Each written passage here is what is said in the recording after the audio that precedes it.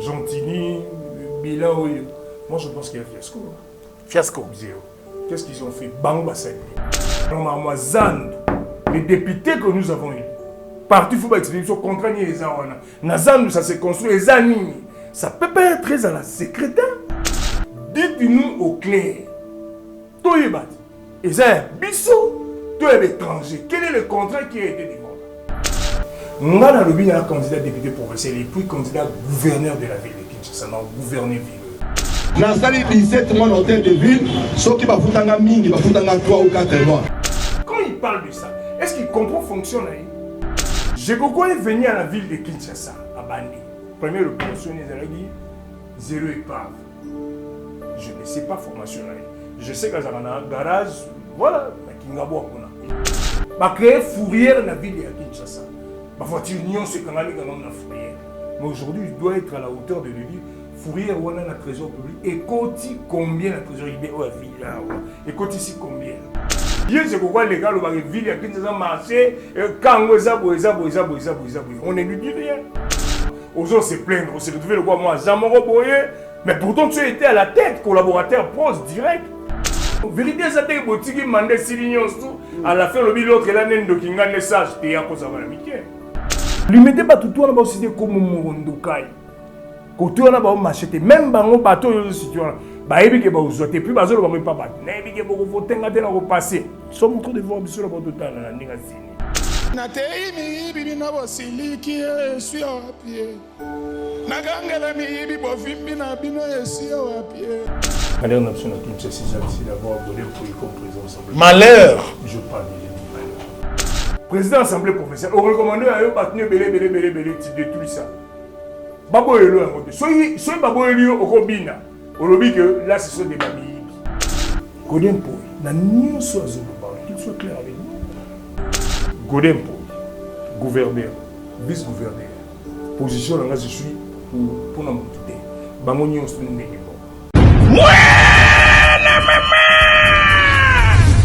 Fini le stress. Nakatia États-Unis. Restons chez Lisa Loboko. Pona kolia biloko kitoko. Repas yaban Africa. Communauté congolaise. Communauté africaine. Et Zalaba Spanish, même américain, yaka o dégusté foufou, yaba congolais, chez Lisa Loboko, awa kaka na Champaign, Urbana, Illinois, USA, et sikawapi okokuta meni lokola. Ntaba, motu ya ntaba batula dongo dongo. Nkoba, yako mweta pilipili. Mpakasa, na mosaka, basambwisa yango na ngai. Tonanga nini ya? Musique douce, okolia okomela, kasi, kobosarate, karaoke, détente, peb activité ya ndenge na ndenge. Mama Lisa, mufinuku ya États-Unis, apesi bilengi na kati ya Champagne. Awa, yaka olia madesu, batula mabumu ya ngombe ya sexy, awa nde epai bilengi elali stress na États-Unis abu o pia ayakania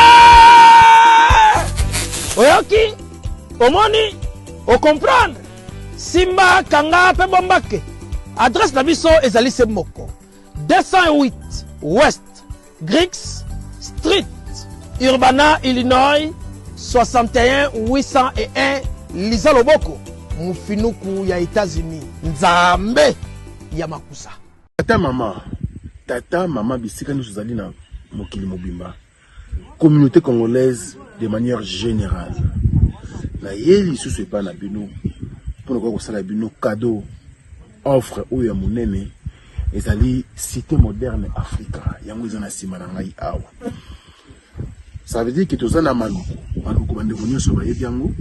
Alors, ma référence, on a la zone économique spéciale de Maluku. Si on a juste à droite, on a entrée Vodacom. On a entrée Vodacom, on a lié au Komona, cité moderne Africa. Si on a Vodacom, on a cité moderne Africa. On a accessibilité. On a mituka mogoza jeep, mogoza mutuka yase, mais awata auto benga catch en Kinshasa, ba IST, ba vite, to yara. moto ekokoma nyonso ekokoma sans problème oye pour na la choix na yo. Je vous rappelle batterie autoza koteka awa eza la dimension à 20 mètres sur 20 prix eza na $1250 dans une dimension il y a 20 mètres sur 20 bengangai rapidement na numéro oyo plus 243 999 52 66 52. Qui a dit que Bandoule Kozonga te chez Djonga 3 azongeli base na ye na Paris oyo yesika bozalaki kolia komela pe koyoka ntule na niveau ya 2 fois te boye bake bilenge zongi na Paris na niveau ya kosakana te chez Djonga 3 awa chaque week-end bilenge zongi ya ndule à partir ya le 17 février 2023 ouverture officielle ya Bandoule Bokozwa chaque vendredi Suzuki Luzubu 4x4 grands chanteurs de mon pays à partir de 20h jusqu'à l'aube. Pe samedi, bokozwa CNN Alligator na baninga tout awa boko sepela joli kitoko. À partir de 20h jusqu'à l'aube. Pe dimanche sombele suka bisanga. Bokozwa Nokolias, Emile alias de Mingongo, la voix qui cloche et longo na wenge. Poussana tovanda en matinée live. Oyo ekobanda à partir de 18h tina minuit. Kasi tunanga inini. Kaka ceux qui aimaient la CDC. Mbala moko night club to boîte et fungwami à partir ya minuit. Ti ba 5h avec DJ Bobo. Oyo akosepelisa bino na Bandoule pe na ambiance ya kitoko. Alolo. Oui frère, Babi Djonga. La Congolia. Futur. Hein? Nous te reçons la 50 boîtes. La Katakin, c'est Djonga. Chez Djonga Twanga Nantaba ezwami na adresse oyo Noisy le Sec na sima ya McDonald numéro 25 chemin de Grou 93 130 Ozamo Bimba chez Djonga Twanga Nantaba yango nde ezali moboko ya ambiance na kati ya Paris pe na France mobimba. Bana Kin, bana Dar es Salaam, bana Poto, bana mokili mobimba site FM moko Afrique Info avec Frank Stemai Yandankala Twende X-Bass Marandura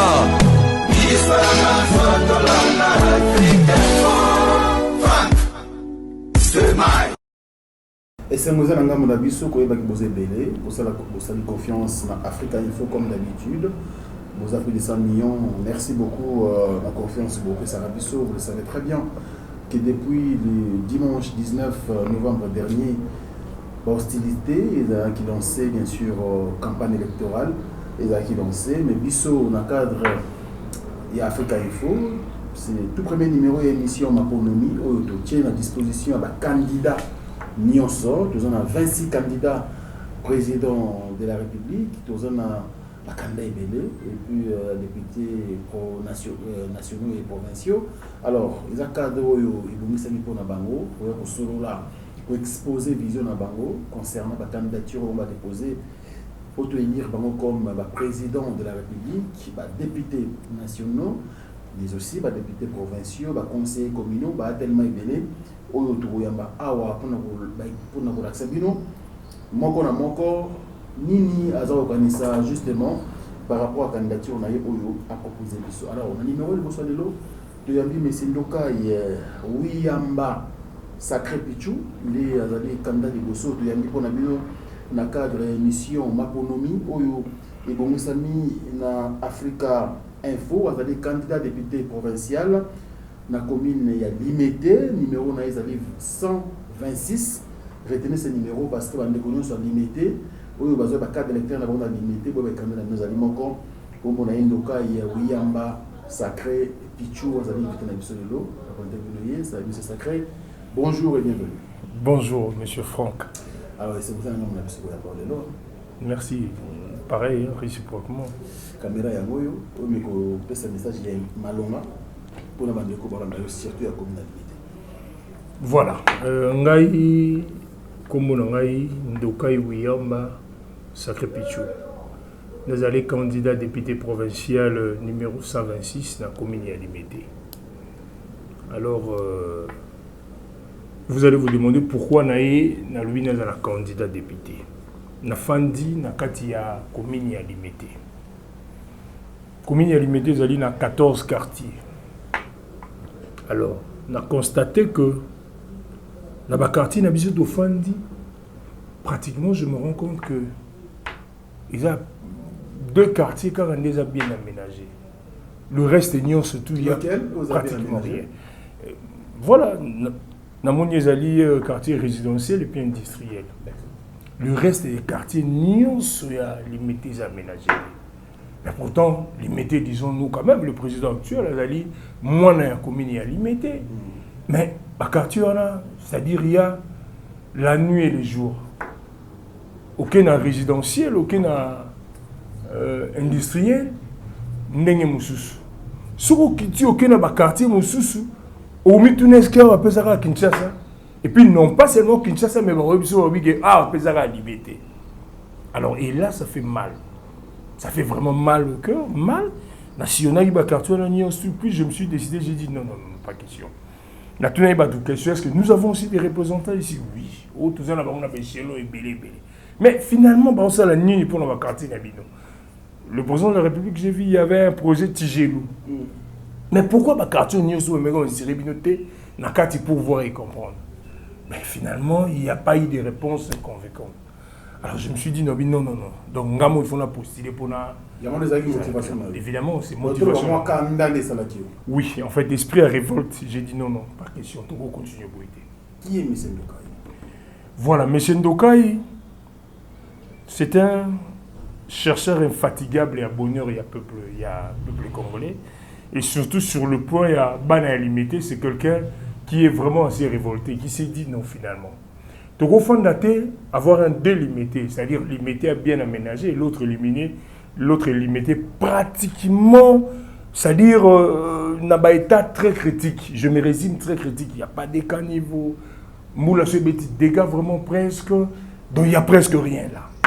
Même sans s'organiser pour dire que c'est un quartier valable. Et vous allez vous rendre compte, il n'y a même pas de centres médicaux, des écoles nécessaires, il n'y a pas. Mais pourtant, il y a l'État et la limité de c'est que c'est limité. Alors je dis, plus question pour nous en a délimité, l'autre aménagé, l'autre très critique. Non. Il y a un révolté, et je me suis dit, je suis devant tout le monde, j'ai dit non, Ndokai, c'est ça. Moi, je suis le fils de. Les gens connaissent au moins, je suis le fils de colonel Ndokai. D'accord. Et puis ma maman, c'est maman Marie-Josée Loutomé, ça. Voilà. Vous êtes des pères et des mères? Oui, des pères et des mères. Non, des pères et des mères. D'accord. Voilà, des pères et des mères. Mes études, je les fais. Première primaire, on a salarié à Athénée de la Gombe. À notre temps, Athénée de la Gombe, c'est là où moi, qu'on s'est dégradé, moi, ce qui fait que j'ai fait première primaire là-bas. Deuxième primaire, on a salarié à Serre à Noïde. Serre à Noïde, et au commandement, on a Gombe, voilà. Et puis, on ici, sixième, je suis allé faire septième humanité, au salon Vasséo, internat là-bas comme on a Tumba, c'est là où j'ai fini, donc j'ai des références. Quand vous allez par exemple dans Serra Norit, j'ai des amis avec qui aujourd'hui nous sommes là, il y a certaines familles que je connais, il y a Molila, Didi que je salue, il y a Natacha Wale, il y a beaucoup de gens que je connais. Et puis à part ça, je suis allé dans l'internat, dans Tumba, là où on a un diplôme dans Maïkouna, là aussi j'ai beaucoup des amis, Guy Kikouyou, Okowe, Ogi, Papi Onalo, il y en a beaucoup, Papi Kachouan. Donc ça sont les amis qu'on a étudiés là-bas. Et même le pasteur Bouaka Paul, on a étudié avec lui de l'autre côté. Guilhem Akolan, bien vraiment des amis. Après là, je suis allé à l'Unikin. D'accord. À l'Unikin, j'ai fait l'économie. Voilà, j'ai fait l'économie. J'ai fait l'économie, option, c'est l'économie publique et industrielle. Et là, évidemment, j'ai des amis. Weber, Roland Madia, il y a les amis. Lopez Lukula, en fait, Jean-Belge Kiungu, Golo Amput. Donc il y a des amis aujourd'hui. Quand vous allez, ils connaissent qui est Ndokai, que je suis. Donc je ne suis pas quelqu'un abimi, ce qui est gauche-droite. Non, mais il connaît. Officiellement, on connaît qui est Ndokai. Et puis après ça, après les universités, je suis rentré. Entrepreneuriat et puis mon salaire de l'autre côté. D'accord, merci M. Ndokai. Voilà. Comment les années que l'autre sont les candidats musulmans dans ma famille? C'est-à-dire qu'il faut de la fidélité. Voilà. Maintenant, comme député, on a beaucoup de pour ça. Voilà. Alors, si quoi actuellement vous savez la politique, tout ça, nous sommes la pembeni. Vous savez en sorte que vous faire vivre famille. Non, je travaille plusieurs places. Je fais plusieurs choses directement à la fois. D'abord, je ne suis pas locataire, je suis chez moi. Limité, dans un papa limité. Ça, c'est autre chose. Je suis papa limité. Je reste chez moi. D'ailleurs, voilà. Mes enfants sont alimentés aussi. Ils sont en 10e rue, SR, école chrétienne, Rocher. École réputée internationale, mes enfants sont là-bas. Donc je suis vraiment limité, je suis parent délimité. Et j'ai fait beaucoup de choses. Vous savez, on est en politique, il y a des choses privées qu'on ne peut pas dire ici. Mais ceux qui me connaissent au moins, bah, ils disent que M. Ndoukaï, c'était un entrepreneur congolais. Au bandit politique, quand? Vraiment la bandit politique, déjà, juste après l'université. La bandit politique, c'était comment à l'époque? Nous, on a commencé avec... parce qu'ici, c'est la vérité, on doit être clair. Moi, j'ai commencé avec Martin Fayoulou. À l'époque, j'étais derrière lui. En fait, on a commencé, il y a une ONG, un ici pour la liberté et la démocratie. On a commencé ensemble, il y avait des fidèles Babal, de Robert Zikianda. Évidemment, j'étais déjà là. Moi, Fayoulou m'a amené, j'étais avec Fayoulou là. Et bien après, nous nous sommes organisés. En fait, on était derrière Fayoulou. Quand il fut à l'époque candidat député national, provincial à l'époque, nous étions là. En 2006. J'étais avec Fayoulou. On appelle ça. Je pense qu'à ce point, on doit être clair. D'accord. Fayoulou était indépendant. Fayoulou n'a été influencé par personne. Il avait tout le choix, tout le droit de faire ce qu'il veut. Non, jamais. Que je vous dis jamais. Bateau, Fayoulou, moi, je parle de Fayoulou parce que je le connais. Fayoulou, attention, déjà à l'époque, via Inala, parce que Fayoulou n'était pas n'importe qui. À l'époque, il y avait déjà Fadel Naouz. Et lui n'habitait pas la Zaina Pigeon. Bon, bref, le vieux était indépendant. Vous savez comment c'était indépendant? Il a signé avec le MLC que lui, il gouvernement. Quand le MLC va perdre présidence, alors pour Nabomba, il était impérié pour Bazouaville à Kinshasa. Alors en ce temps, il ne pouvait plus laisser à Fayoulou parce que le contrat était que Jean-Pierre Bemba président, Fayoulou gouverneur. Quand on va perdre, donc ça avait tout perturbé. Voilà. Non, ça avait tout perturbé. Fayoulou s'est investi. On a un t-shirt dans la tête de Jean-Pierre Bemba, il y a la personne qui avait fait ses alliés Fayoulou, c'était avec ses moyens. Donc, vous comprenez un peu, il y a eu des deals que je ne veux pas entrer à l'intérieur. Et il dit donc Fayoulou était crédible déjà, et que maintenant, tant on m'a dit de l'autre côté que c'était très compliqué. Il fallait Adam Bombo, lui, contrat était présidence Bazuité, et lui, maintenant, gouverneur, facilité est acheté. Comme il était indépendant, il n'a pas été financé par quelqu'un, donc il s'est décidé de faire Ouya Lingaki. Voilà, il n'y avait pas derrière lui, Bissouan Zéga, tous encaissés. Le vieux pouvait se décider, carte politique. Ce qui fait que, quand bien même il a été avec Kimbuta, le vieux n'a pas diré avec Kimbuta. Dès le début, quand il a compris qu'il y avait n'importe quoi, il a allongé Mbalamoro. Parce que je connais, j'ai vécu vraiment avec lui. Les idées, je suis membre cofondateur et ici. Alors, les allez candidat député provincial à l'unité. Oui. Au postulé, la compte y a parti. Regroupement politique. Voilà. Bon, au Moni, les lois la plus trop, il y a ville à Kinshasa. Voilà. La postulé, je suis dans le compte d'alternance pour la République. Il y a Franck Diong, voilà. Et puis Moïse Katoubi. Non, la Mouka, écoutez d'abord, sur ce point, il y a un point très important. Vous savez que moi, je vous ai parlé tout au début ici de la révolte dans Kotisagi. Je ne pouvais pas me permettre, vous savez, politique à chaise vide, moi, je n'ai pas apprécié. Je ne pouvais pas me permettre un seul moment que limiter et demeurer encore les 5 éthiques à la position des non. Ça, j'avais dit non. Oui, ça, j'avais dit non. Parce que, entre nous, soit dit, dans le mandat où limité, il n'y a rien. Limité bénéficier de l'autre. Et ça, là-bas, quartier, chef de l'État qui n'a qu'au visiter un mot liboso. Et puis, à ça, les promesses, jusqu'aujourd'hui, lui, c'est limité. Malgré que, ça n'a pas représenté, comme il à niveau à l'école, il n'y a rien de fait. Et que, nga, habitant aussi de limité, la limité. Je ne peux pas tolérer ce genre de choses. Voilà pourquoi on a dit non. Moi, je ne devais que postuler.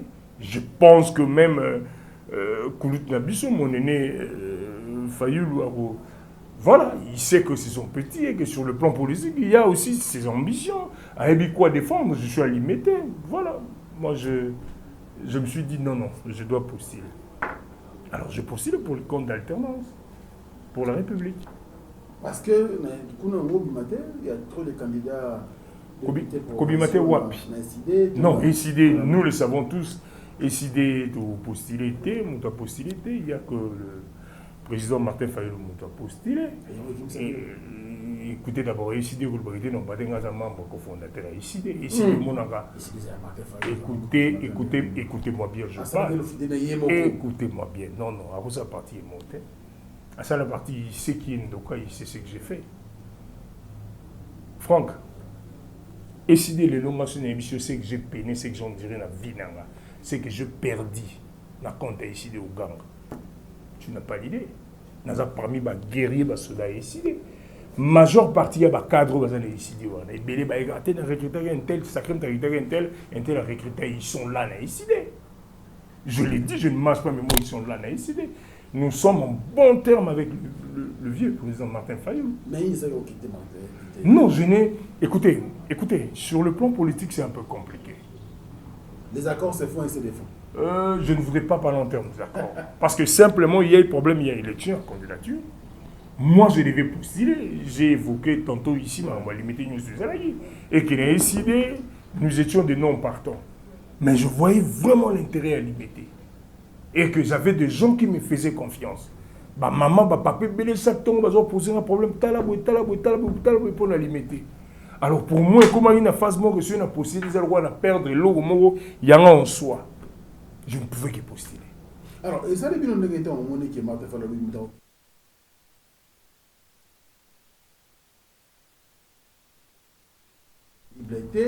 Mais par rapport au niveau où c'est ressaisir, ça vous a fait quoi? Écoutez, la politique est parfois aussi compliquée. Vous allez vous rendre compte d'une chose. Je pense que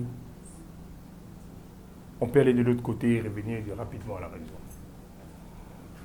Le président Martin Fayulu, tout ce qu'il a fait, parfois certaines décisions avaient mon côté. Et c'est décidé d'une manière collégiale. Là, c'est vraiment la démocratie. De part et d'autre. Parfois, il s'est taire, il a voulu dire ça, je ne peux pas. Vous savez que moi, je parle aujourd'hui à limiter.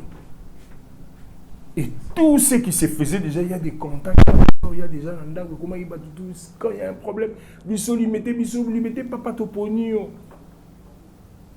Je n'ai pas de choix. Moi, je n'ai pas de choix. Est-ce que vous comprenez ça? Non. Chaque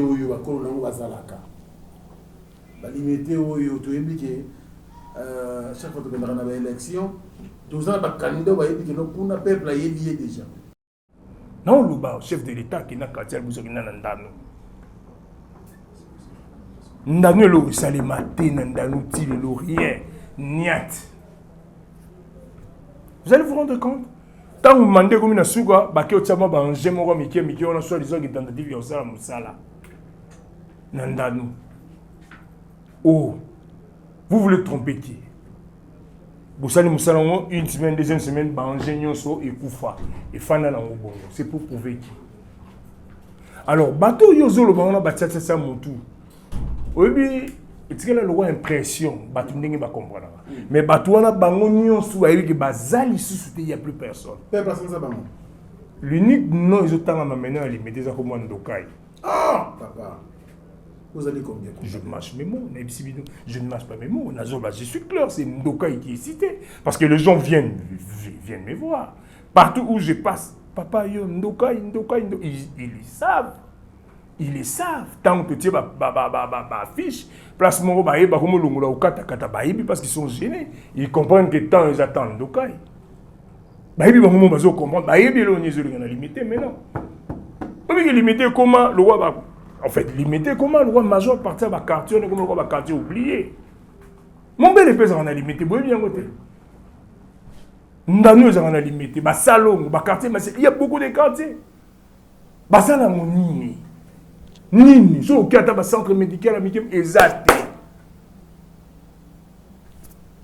Alors limité ba tout on a aussi des comme Morondokai. Côté on a ba machete, même bango bateau yo situation. Ba ebi ke ba uzote, puis ba zo ba pas ba. Na ebi ke ba votenga te na ko passer. Sont en train de voir sur le bord total na ninga sini. 126. 826. Ngai en personne. Tout ça j'étais. Mais c'est le cas et sacré pichou. Bon limité dans zone nayo. Moni ki tcha so toujours le bon. Ngaza mwana kini.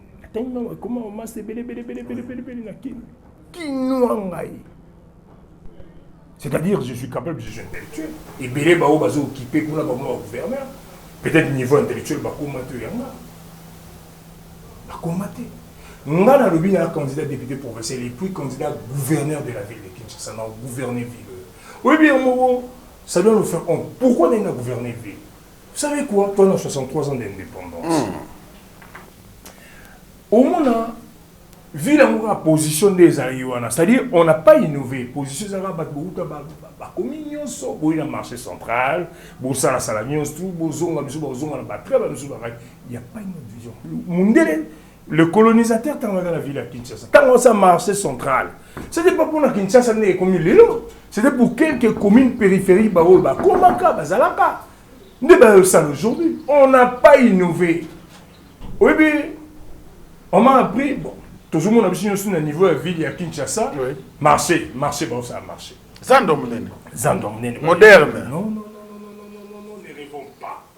Il y a des étages. Ne rêvons pas. D'abord, il y a un point, je ne veux pas. Avant la côte, on a bandé le Bélamarabouana. La vie a tellement changé. Vous allez vous rendre compte, il y a un marché, un centre partout. Ouais. Ils vendent la prix à marché. C'est-à-dire tautologie.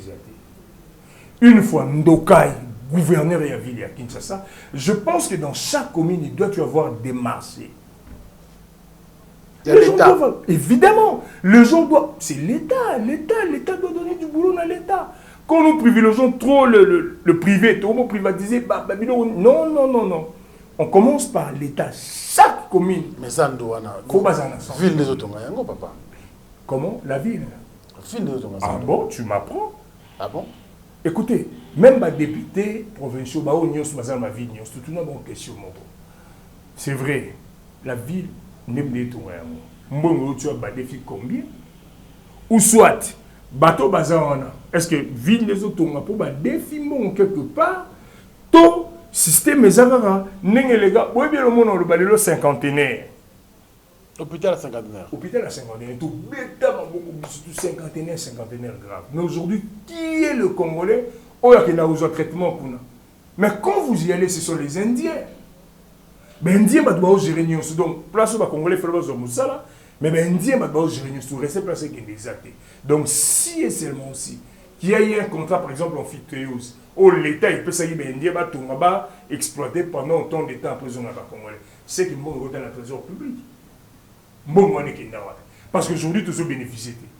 Par contre, comment on va utiliser morgue de Wana? Ah, on a confié à la morgue à cinquantenaire. Mais l'hôpital en soi, c'est géré par qui? Ce ne sont pas les Congolais. Va là-bas, tu verras les Indiens. Quel est le contrat qu'il y a là-bas? Les Congolais vont bénéficier de l'autre. Alors, moi, Zand, les députés que nous avons élus, partout, il faut expliquer ce contrat. Zand, ça s'est construit, les Zanini. Ça peut pas être très à la secrétaire. Tout Congolais doit comprendre la ville n'est pas défi quelque part. Ta ville, l'entreprise a oublié déjà qu'à produire un bon qu'on nous dise déjà à hauteur il y a combien? On y a ailleurs partout, quand on voyage. Babylone, c'est ça plus simple, il y a plus de choses taboues. Netiwana, pour la zone. Qu'on nous dise c'est combien? Et puis tout beau, il est le zone, les alliés, papa, la maman, construire ville, bon, car la bazan, voilà. Travailler. Aujourd'hui, vous n'allez pas nous dire qu'il y a ce système qui va passer un bon batongi, parce que l'exploitant après 20 et combien de Congolais. Et que Bango, nous allons voir des Indiens, tout Libanais, telle place. Dites-nous au clair. Tout est bat. Et ça, Bissot, tout est étranger. Quel est le contrat qui a été demandé? Na 5 ans, l'équipe, Bilan ne coupe ça na gouverneur de la ville de Kinshasa, Gentini Ngobila. Écoutez, Gentini, Bilan, moi je pense qu'il y a fiasco. Fiasco. Zéro. Qu'est-ce qu'ils ont fait? Bango Bassani. Non, Gentini. asali omona mo msala bangengi na funda place za candidat asali sali bandila kuna s'occuper plus na wana parce que c'est ça. Écoutez, oui ville ya Kinshasa plus bakino bana chance mo na mabongo na bango ya kupona ndokai bana idée. C'est-à-dire au moins la ville n'est la façon exagérée. Mais tout doit changer. Vous savez, Gentilly a essayé de faire ce qu'il peut. Aujourd'hui, que désolé, comme il est Boye, président de l'Assemblée provinciale Boye, le gouverneur Boye, le vice-gouverneur Boye. Mais bon, pour Gentilly, fiasco. Pour Gentilly, fiasco, on a toute la vidéo. Mon côté, nos vice-gouverneur, Jekoko Moulumba. Gérard Jekoko, 24 heures, Maloba Loba qui a tout yokaye et puis tout le monde a commenté. Nathan Oya San la ville de Kinshasa a foutu à mission qui a 17 mois, m'a foutu à Mikaka au moins 3 ou 4 mois. On va l'écouter et on va commenter après.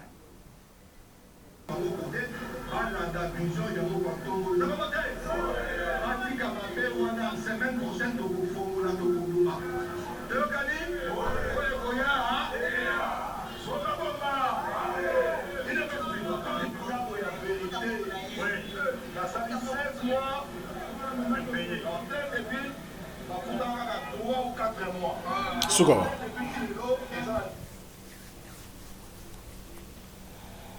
Tozalaki na vice-gouverneur awa Fuma Banga Moyo. Oui. Aleka na ba média Néron Mbungu aleka na ba média a critiqué le gouverneur Gentilly Ngobila. Il a se retrouvera étouffé comme vice-gouverneur accueilli. Toujours vice-gouverneur à Sika Kombone Jekoko Moulumba. En ça de 16 mois ou 17, à Foutamika à 3 mois. Est-ce que Ville Kinshasa, ils ont mérité qu'on ait un vice-gouverneur ou bien Maramou Bangba d'après eux, prenons Jekoko parce que c'est de lui qu'il s'agit, à Zoloba pour soloter. D'abord, ça m'énerve. Oui, je veux vraiment apprendre à l'IDPS.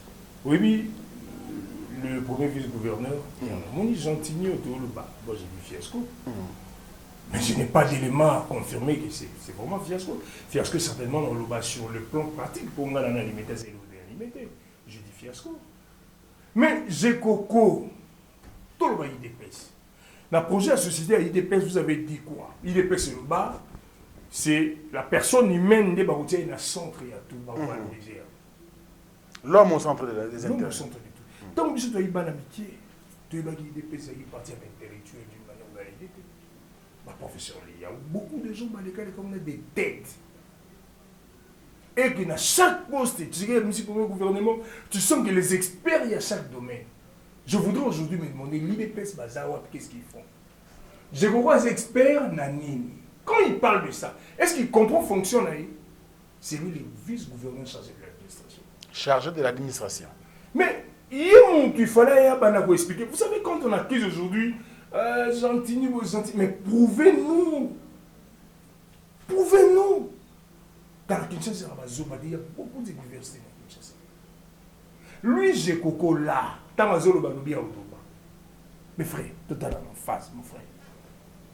J'ai coco va dire quoi sur la vie? Il y a censé aider le gouverneur de la ville de Kinshasa. Tant combien de vice-gouverneur, mon ministère sera quitté? Oh, ministère il y a un homme qui était expert dans chaque domaine. J'ai coco comme gouverneur, il y a ville de Kinshasa. J'ai coco dans la classe de Jigouatanga. Spécialité des années. Bon, je ne sais pas trop, peut-être qu'il y a éclairer, non. Parce que moi, je suis économiste de formation administrative.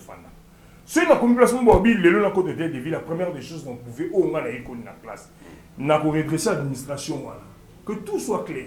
J'ai est venu à la ville de Kinshasa, à Bandi.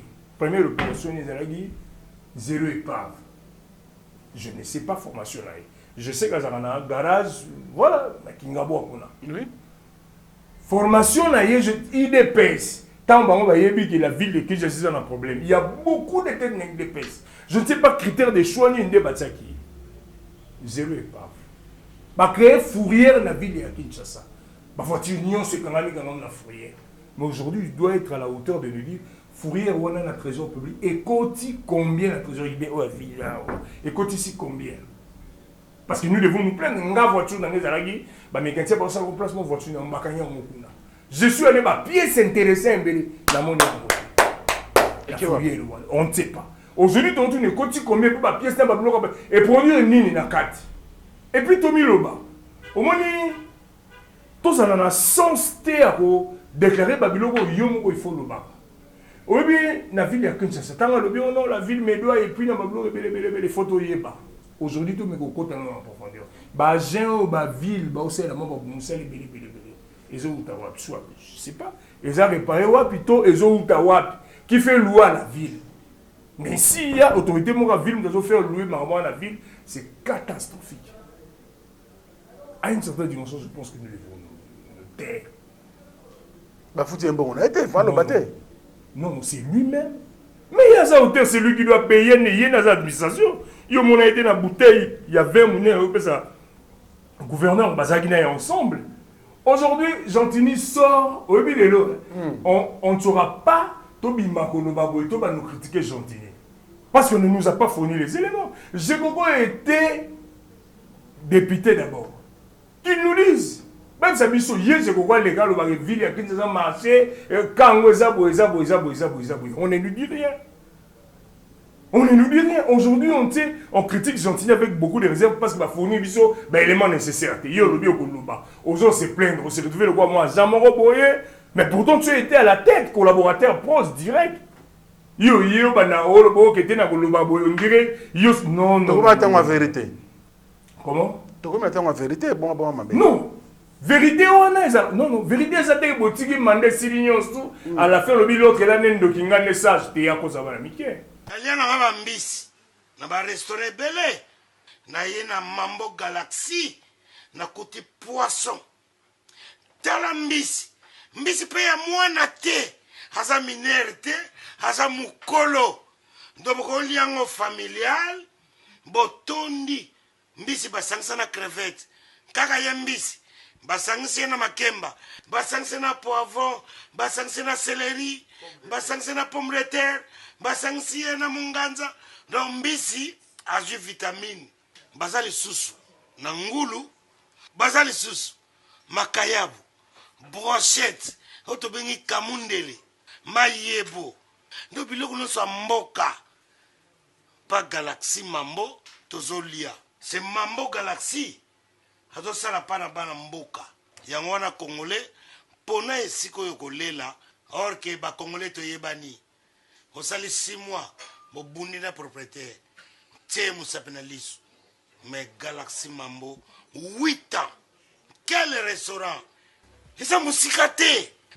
Au numéro 137 rue André Carman à Aubervilliers, composez vite les 07 53 28 89 07. Galaxy Mambo c'est du waouh.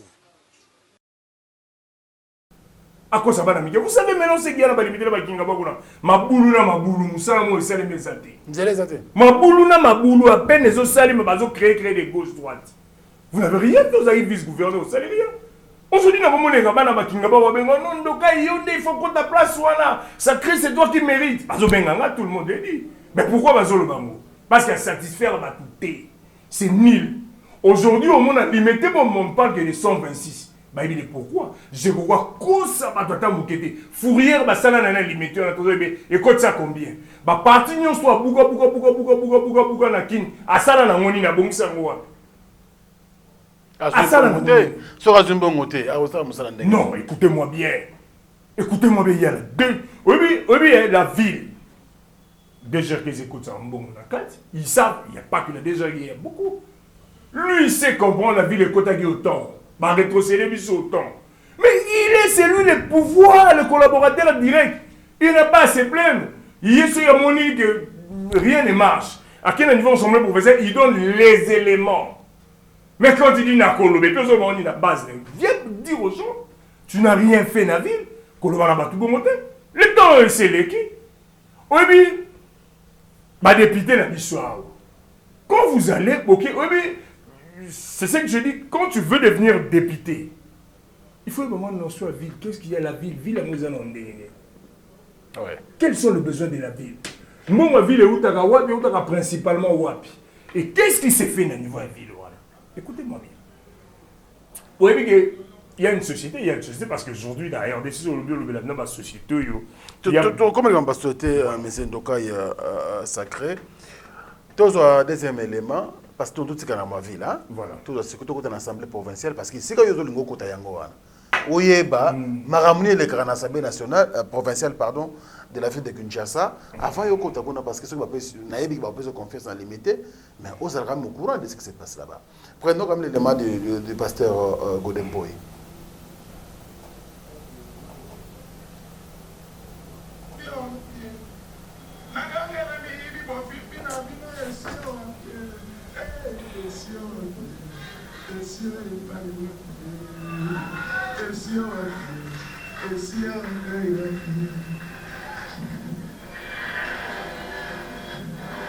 Le Congo doit être fier de m'avoir comme pasteur. Je m'attaque à tout le monde. Merci. Merci, Merveille Mampouya. Merci, Merveille Mampouya. Atei Miyibi. Et si vous avez Miyibi. Pasteur Godemboy, ancien, bon, je ne sais pas s'il est encore président de l'Assemblée provinciale de Kinshasa. Gestion et Assemblée provinciale, wana. Autant il y a de près, parce que tant que vous avez des sika, il faut y que les sika ont des zali, donc on y va binaka. Gestion et Assemblée provinciale de la ville de Kinshasa, au Mounion de sous Godemboy. Franck, malheur n'a pas Kinshasa, c'est d'abord Godemboy comme président assemblée. Malheur. Je parle de malheur. Au Mouni, il y a un nom, il bateau de gens comme candidat gouverneur, pas trop des éléments pour nous critiquer. Il y a qu'au mettre Pénal Gentini chaos sur place comme ça. Quand même, quelques éléments et comme ça. Godemboy que vous êtes en train de citer là. Vous savez, la ville de Kinshasa, je parle ici, il y a deux sociétés. Il y a l'ONATRA et Régie, entre guillemets, financière, DGRK. Sur la réalité, nous sommes un peuple congolais, ce qui est trop bas. Je ne parlerai pas de l'ONATRA parce qu'il y a un niveau national, mais je mets là-bas sur la DGRK. Écoutez-moi très bien, donnez-moi un peu quelques minutes, expliquez-moi la DGRK. Quand la DGRK fut créée, celle-ci, il y a première... DGRK, je rappelle aux gens que c'est la direction générale des recettes de Kinshasa. Voilà, la première des choses des années, comment est-ce que ça a été? On dit on crée la DGRK. Par exemple, on a une copie. Ok. Pendant la création de la DGRK. Et puis, le dit non, on doit maintenant créer, il faut tout recruter. Ça les test. Père quoi? Père son âme. Ça les université, c'est vraiment test. Puis, beaucoup dans la DGRK, regarde. Mongo Bouzouzo Zadi, ils géré par DGI, par exemple, c'est la ville autant, mais non, bien tout ça, quelque chose d'autonomie financière, bien nous gérer. Recruter des gens, des intellectuels, des de partout. Ils vont travailler. Ils viennent là, combien de jours de travail, vous savez, c'est qu'on leur dit, vous savez que votre boulot ici, ils ont des hypothèses. Si vous réussissez, ça va, mais si vous ne réussissez pas, on remet ça à la DGI. Bon, mais j'ai été passé, parce que c'est les tests, la famille qui vous dit ça là. Mais dans ça, ça va que la société, en fait, déjà quand Régis existait vraiment, dans un fort, il faut exister. C'est-à-dire qu'ils deviennent des cofondateurs et à quoi. Vous devez aller, sous DG, notamment taxes dans l'impôt foncier, IRL, retenir aussi, la CATI, IRL direct, si vraiment le ce qui pour réussir, il y a pour réaliser, pour bénir les contribuables congolais, vous savez les recettes pour les DGI, vous existez et puis vous autonomie et puis qui. Les intellectuels, Bangombi chemise, continuent à dire le monde intellectuel licencié à l'université. Aïe à côté. À côté de simplement, à côté de ma que le bassin pour le moment DGRK, ils ont expliqué. Ça est fort, si DGRK était né en petit. Mais DGRK, qui des gens de responsables, bien venir en option pour bâtir sur DGRK. politique et continent quand il comme imbécilité, comme bêtise. Député Nyon soit aux en pouvoir, Moutignon soit aux en gouverner. Il faut recommander maintenant déjà que bateau na cadre. Bateau besoin formation après l'université, on va une école de finance. Besoin formation fiscalité, va travailler le comme cadre vraiment. Les cadres, on va recommander. Moi, au moins mon toi zomi benga ma lobi aza pasteur aza président assemblée provinciale. A ozo leki na ye, a utisoki wapi. Atina déjà. Aye maman na déjà et puis na net na ni cadre directeur à la place. A ozo ya ye mwana. Bakara baza ba do 1000 emplois na ba former. Aye ati na ni chef de division cadre. A ozo groupe ya batuni ba recommandation. Ati bango lobi au cadre, vous espérez quoi? Déjà que aussi matin, vous aurez des sérieux problèmes. Et puis quand on est gouverneur, deuxième mois, tu es dans le cadre de GRK. Oui, le DG qui vient là. Deuxième mois, on a créé l'association tribale, et puis il met le cadre dans le cadre. Bateau tout baillé, puis il va faire des cas aussi. Au comment le directeur comme fonction politique, papa nous a député, ou inter a il y a plus méritocratie. Et tu nous a raté. Alors, bateau Babanda, ça fait presque 15 ans, créé à bois tout. Ils ont travaillé militer l'existence dans c'est n'importe qui nous a remonté. Vous recommandez que voyez comme cadre d'invité directeur comme fonction politique. Tout le monde accepte ça à la fois. Parce que Bazonga Sima. Yo, président de l'Assemblée provinciale, on recommande à eux belé, tu détruis ça. Babo Elo a monté. Soyez Babo Elo au Robina. Au lobby que là, ce sont des bamiyibi. Monsieur Franck, ça sont des réalités dans la vie. Aujourd'hui, tout le monde, Godin Poy, le président de l'Assemblée provinciale, collègue candidat. Oui. Godin Poy, Gentini, Coco. Moi, je suis triste parce que normalement, notre gouverneur et le vice-gouverneur, il fallait déposer. Aujourd'hui, tu continues la campagne bizarre, au monde a soldat, un candidat, et puis en même temps, ça dit, mais je parle de ma collègue, candidat. Aujourd'hui, Godin Poy, qu'il soit clair avec nous. Qu'il soit clair avec nous. Au début que même IGF, IGF partout. IGF, parce qu'il y a audit dans les GRK. Rapport on est bimatétilé. C'est-à-dire, Bissot Oyebi qui est dans ma ville, Nyon sur RDC, maintenant, il y IGF, parce que la ville des Kinshasa peut gérer bien. Tout va bien. C'est ce que nous savons, non? Ouais. C'est la ville des Kinshasa, IGF. Pour moi, c'est DG, DG m'a recommandé, soit disant, entre guillemets, par IGF, IGF est le Gaulier.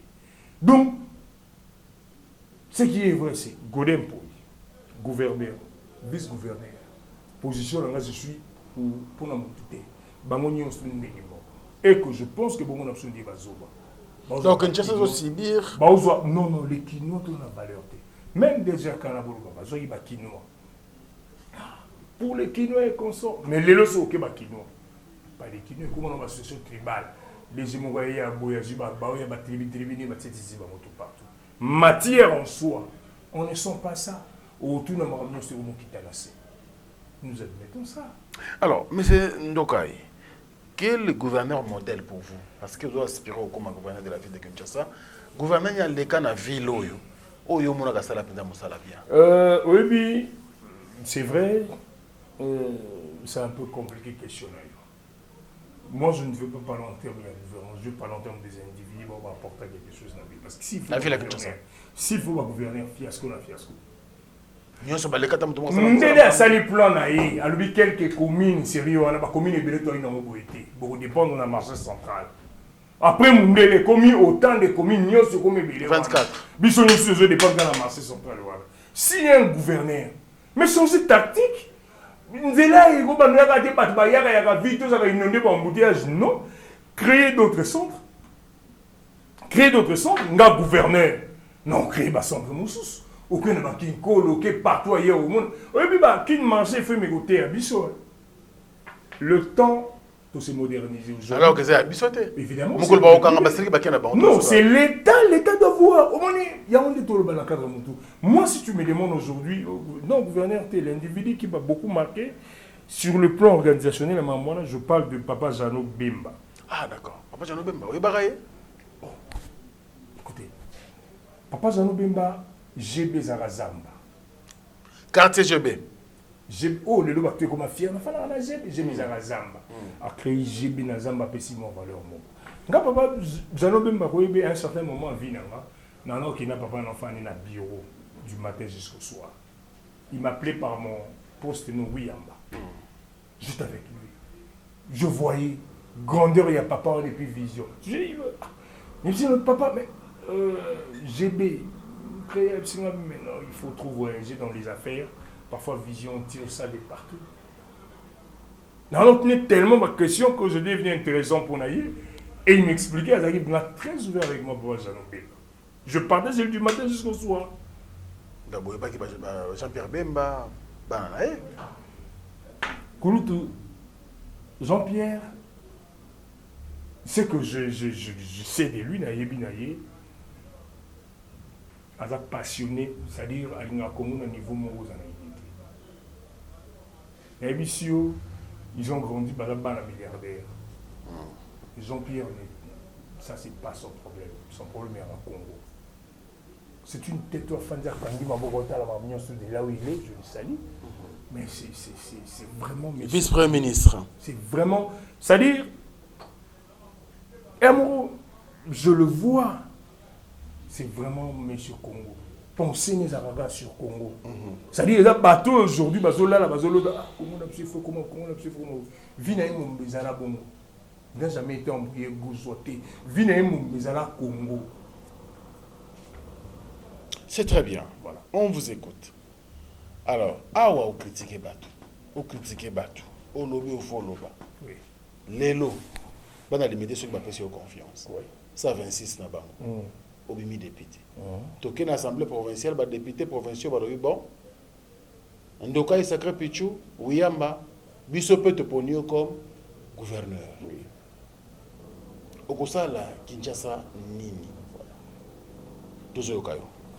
La première des choses que vous devez comprendre au niveau de la ville de Kinshasa, la ville de Kinshasa doit construire des écoles. Je commence par ça parce que l'éducation est rendue basée sur ça ne va pas trop coûter à la ville. Et la ville est capable. On doit construire des écoles dans le quartier Nyonso. Je parle bien de quartier Nyonso, la ville de Kinshasa. On doit construire des écoles. Deuxième point, Zali, dans le quartier Nyonso, la ville de Kinshasa, il faut des centres médicaux valables. Parce que dans le quartier, les gens vous mèrent. À Benibo, l'État qui ne va transférer, il y a toujours rien. La ville de Kinshasa, écoutez, je commence par un centre partout là qu'il faut réaliser. Il faut créer ça. Et puis de deux, à part Yango Nanyostou.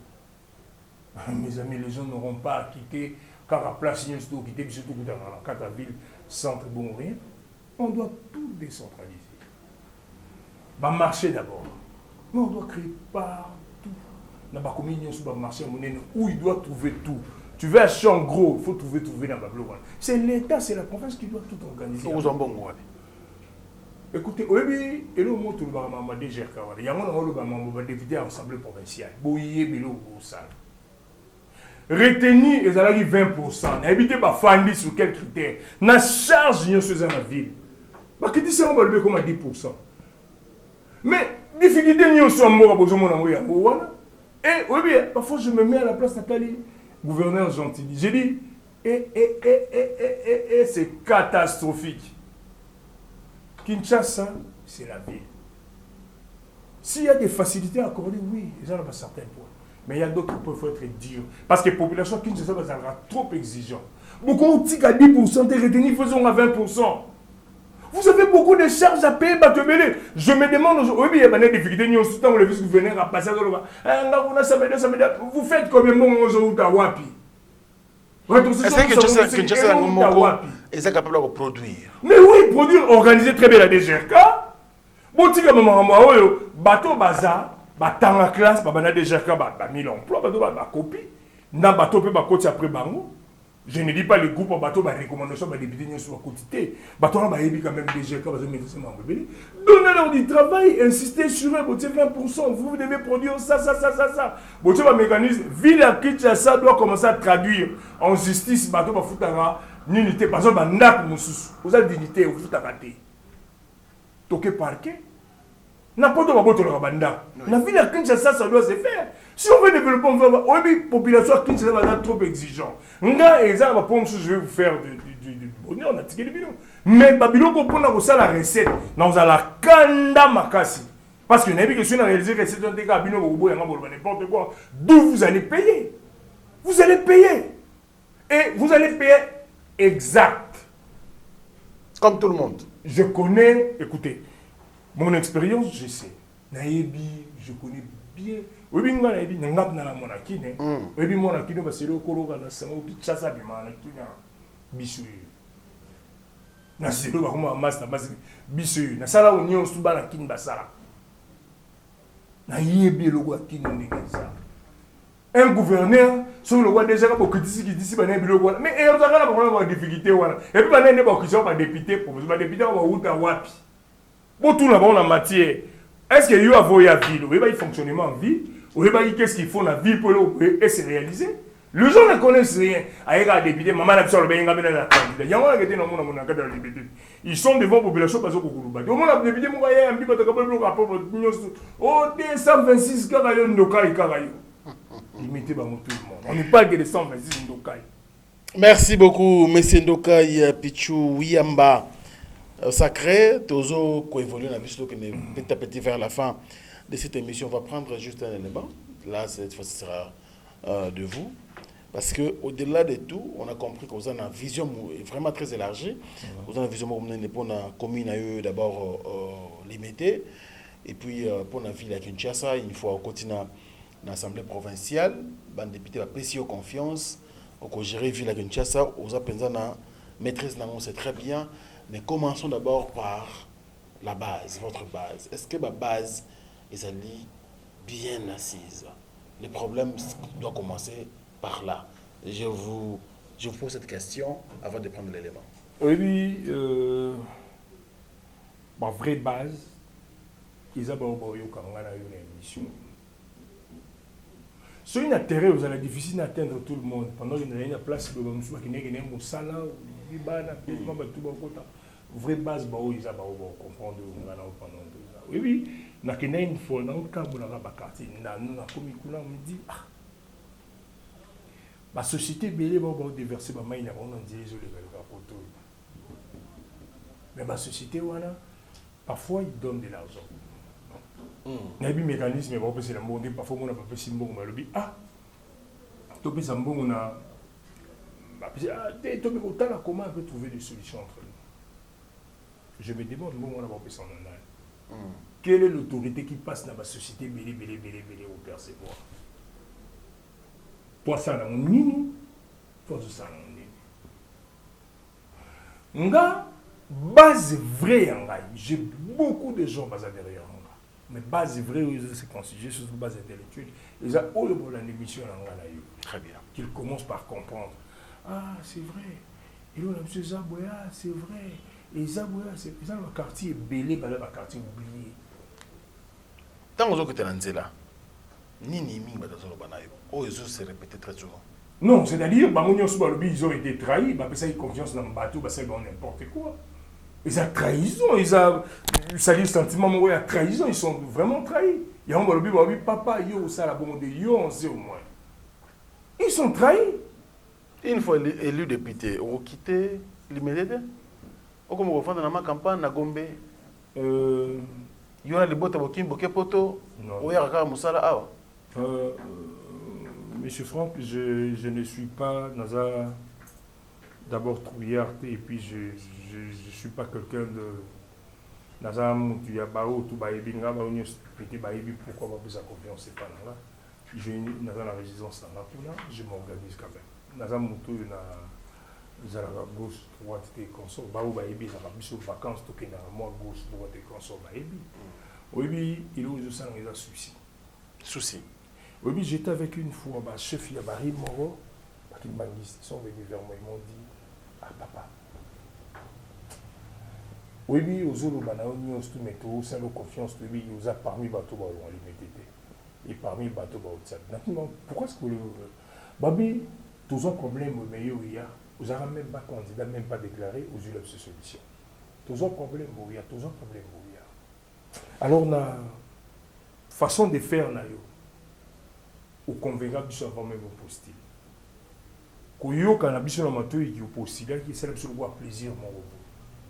Alors, vous savez, parfois, c'est l'Église et les grandes personnes des responsables qui viennent de dire. Je pense que même devant Dieu, tant que vous avez porté chaud la parole sur eux, espoir n'a pas ça sur eux. Alors, tu te dis, le but, mon espoir, on va sur la BBC, même carrière politique, on va ici. Donc, ils ont chance pour aujourd'hui, je suis candidat député provincial, je suis national élu, il y a le bureau national, le bureau présidentiel. Merci beaucoup, M. Sacrin Ndoka. On va prendre l'élément. Alors, notre invité, M. Ndoka Wiyamba Sacré Pichou, qui est aquí dans la base, comme d'habitude. Nous savons très bien que nous sommes dans la période de la campagne électorale. Il n'y a pas avant d'aller kimité, il fallait qu'on ait une base. Il a fallu qu'on soit là, qu'on ait confiance, qu'on partage la bango. Prenons d'abord cet élément et puis on va retourner en plateau justement pour commenter et puis terminer notre entretien.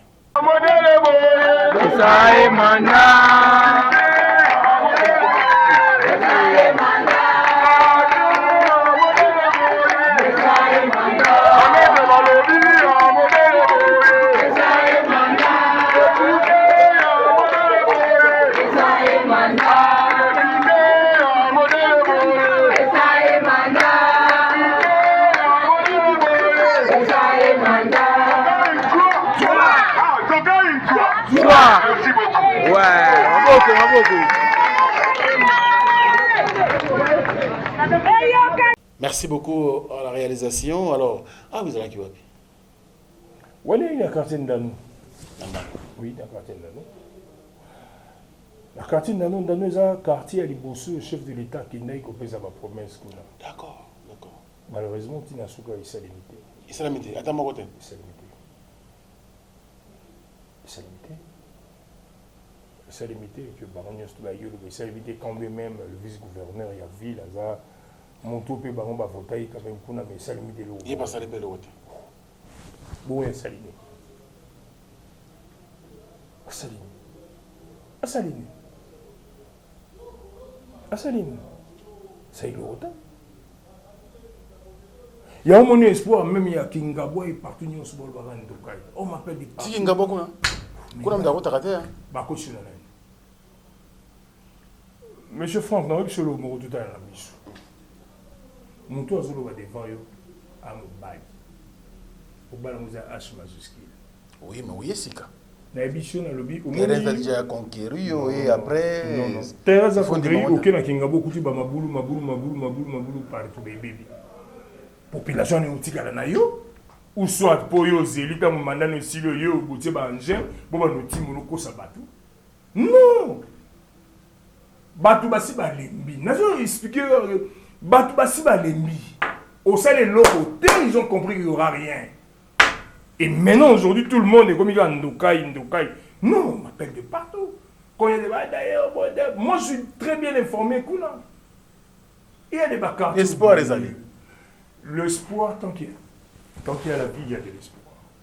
Bissoto compter qu'on redresser. Mouni, limité aujourd'hui dans le bâtiment, il y a un projet, il n'y a pas limité. Mais il y a une méthode sur ça. Il y a un nom de la société et ça. La société va déverser la main dans une place pour il y a une autorité qui n'est pas pour ne rien faire au sein de la zone de poche. Il y a des populations qui comptent sur le. Merci beaucoup, M. Ndoka Wiyamba Sacré Pichou. Ngai pétant que moi, Kinois, ce qui est l'équipe, tel absolu quand on whisky au sein de l'alimentation industrielle, qu'on a whisky à ma B1. Ils ont bébé ça va gêner. Oui, oui. Bah, ici, les belles tondi qu'on a, il y a molili. Oui, oui. Bah, on sera whisky à l'Okuta. Oui, mais le mot, je voudrais dire, il y a ban alimenter au Nyons tout. Peut-être va éviter. Oui, oui, bah, une industrie est belle, ça. Bah, ils ont dans les noirs, ils ont pollué, à part même consommation normale comme ça, mon pépé, ils ont pollué, bien limité, bah, besoin. Ils ont bébé ça, ils ont boutou pour les pauvres.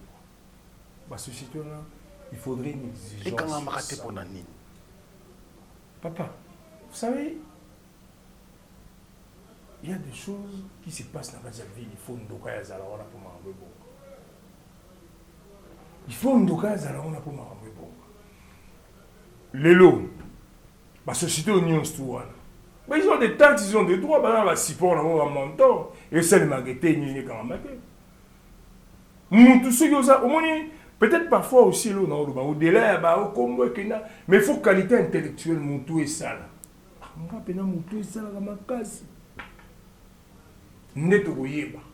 Oyebi ki oyo, na bututa obotsa milingo, batutu balali na quartier, zo polio, zo sala boye, batu bakozo maladie, bo infection, bo nyesu zala. Au porter en moi de cœur. Au porter en moi de cœur. Yo non lo ba, tango, bana wana ba société on écoute ça comme mon ba trésor public. Ba futa ba taxe ba impôt ba kuna ba nyosto. Mais tango ça na projet Tigelu. Oh, mais la société on écoute na limité population va souffrir na bablo ko ne quantité. Vous allez vous rendre compte dans centre médical nécessaire exacté. Mon dozo dans la quartier assez qu'on a belle pour pas bénéficier à tabi matin poilo. Retard à Koufi. Toute la mentalité est très élevée, même sans pitié à Batouane. Pitié mon gros à Batouane. Il y a moi je voudrais dire là-bas na limité news tout. Ba candidat va goyer. Nous sommes ceux qui n'ont pas la caméra. Pour exemple, un message dans la évidemment, je veux dire ceci. Tout habitant est limité.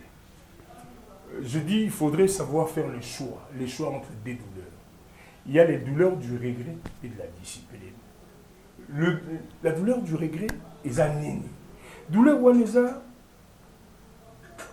le regret d'avoir fait un choix et le choix là a trahi le bino, il n'a rien fait. Et que la douleur, quand vous faites le choix là, quand ça c'est ezongeli kaka, vous votez un mot de sous les éternels recommencements. Instinct à l'oba, à l'obi, quand vous faites matin, midi, soir, et là au moment où on a vie, et que par après vous attendez un résultat différent, c'est que vous êtes malade. Moutou, au lobby, au poni douleur, il y a regret. Et que tu continues avec. Parce qu'il y aura un quartier, nous allons y m'aber. Qu'à niveau, c'est les minutes, nous allons qui peut minutes. Donc, vous avez un quartier oublié. Et vous continuez bon. Beaucoup d'aimer bon. Mais quand vous faites le choix, il y a douleur, il y a discipline. Discipline, ça veut dire quoi? Discipline, il y a batouana. Baye pena, baye na bien, beba pe sayo kani motomobi. Non, non, je ne prends pas parce que c'est rien. On va te donner 10 $, 20 $, ou ça, non. Non, discipline que tout doit changer. Au cani moto, tu regardes le voisin. Voisin, on peut essayer quelque chose. Ah, son bière, ça souvenir, c'est pas là. Mais je fais le choix, il y a douleur. J'accepte tout de manquer. J'accepte de choisir sacré.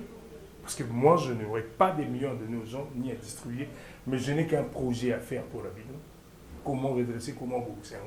Avec ma douleur, on a tout, et bien après. Bolobi, na sali choix douleur pour quartier n'a pas bon. Faites ça. Parce que quand quartier n'a pas bon, je pense que tout ira bien et que vous allez considérer quand même. Merci. Alors, monsieur Ndoka Youyamba, Sacré Pichou, c'est la fin de notre entretien dans le cadre de cette émission Maponomi, où vous allez consacrer pour nous. Candidat Nyonso, merci parce que nous avons fait bal. Nous avons accompagné yo Kobanda Siko Kino le 20 décembre. Nous avons voté. La caméra n'a pas été limitée pour nous là. Modèle Nini Bateau va voter numéro 126 à limité et puis tout proclamer ensemble victoire nayo et ça la biso plaisir. Bandeko batalio bayebi à travers le monde, ba ko appelle besoin un membre nayo kanisa ba ko sala malamu. Je voudrais dire aujourd'hui, je pense que de partout, espoir Nabino Izamoko, Ndoka Yuyamba, Pichu Sacré. Et je pense que la vie, tout doit changer. Pour n'avoir la limité, la vie numéro Izamoko, 126. Votez pour votre changement. On ne peut pas vivre dans un quartier où on a limité la commune, moi quelques quartiers, ont bien aménagé, quand on va chez vous, il y a presque rien. Le président n'a pas à moi la limité. il n'y a rien. Les arrières, ils sont limités. Maintenant, c'est votre chance. Il y a 126 qui est là. Je vis avec vous, dans un abîme je voudrais essayer un changement. Franck, Oui. le Léonéo de Béla Marambouya province, sur le plan provincial. Prochainement, dans Zonga, je veux parler de la présidence. Naoui expliquer Bana qu'il faut voter et quoi faire. Très bien. Merci beaucoup. C'est la fin de cette émission avec notre invité, Monsieur Ndoka Yaouyamba Sacré-Picho, les candidats provincial dans la commune. Il y a limité, Balandinho sur Africa Info, vous avez plus de 188 000 abonnés. Où ils vont dans la limité, ils vont limité, limité. Alors, comme il sera un message, il y a un numéro, numéro vous allez 126, à Gomona Kombo Yandoka Iwiyamba Sacré-Pichu, Nemutoyo, Bango pour limiter à lobby et à la limiter à l'éloté. Merci à vous. Merci également à l'équipe technique. Merveille Mampouya était là, Gino Massampo également. Et moi, je vous retrouve prochainement, bien sûr, d'ici demain déjà, avec un autre candidat député provincial de notre commune, ici, bien sûr, Africa Info. Portez-vous bien et bonne santé à tous. Au revoir.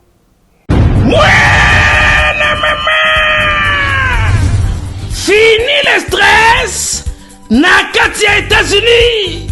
Restons chez Lisa Loboko pona kolia biloko kitoko repas ya ban Afrika.